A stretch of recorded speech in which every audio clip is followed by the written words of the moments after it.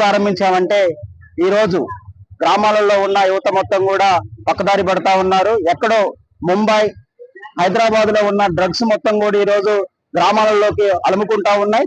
ఈ యొక్క ఏదైతే డ్రగ్స్, మాదక ద్రవ్యాలు, మద్యం, గుట్కా, పాన్ పరాక్ ఇవన్నీ ఏవైతే ఉన్నాయో వాళ్ళని చెడు వ్యసనాలకు గురి చేస్తూ వాళ్ళు చెడు వ్యసనాలకు దగ్గర అవుతా ఉన్నారు.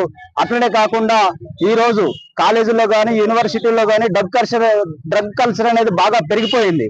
ఈ డ్రగ్ కల్చర్ అనేది తెలియకపోవడం వల్ల గ్రామీణ ప్రాంతాల్లో ఉన్న యువత కూడా అక్కడికి వెళ్ళి వాళ్ళు చెడు వ్యసనాలకి గురవుతా ఉన్నారు.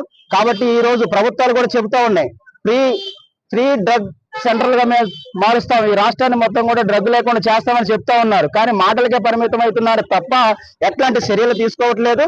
అట్లనే ఎక్కడ కూడా ఈ రోజు మాదక ద్రవ్యాలకు అలవాటు పడ్డ వ్యక్తులు ఎవరున్నో వాళ్ళని గుర్తించడం కానీ, వాళ్ళని డి అడిక్షన్ కేంద్రాల్లో భద్రపరిచి వాళ్ళని కౌన్సిలింగ్ ఇవ్వటం కానీ, వాళ్ళని సక్రమైన మార్గంలో వాళ్ళని మానసికంగా సన్నద్ధం చేసి ఈ దేశ భవిష్యత్తులో భాగస్వామ్యం చేసుకోవటంలో పెద్ద ఫెయిల్ అవుతా ఉంది ఈ రాష్ట్ర కేంద్ర ప్రభుత్వాలు. కాబట్టి ఈ రోజు మేము ఒక అడుగు ముందుకేసి ఈ దేశంలో ఉన్న యువత శక్తిని మొత్తాన్ని కూడా దేశ వనరులకి ఉపయోగించుకోవాలి.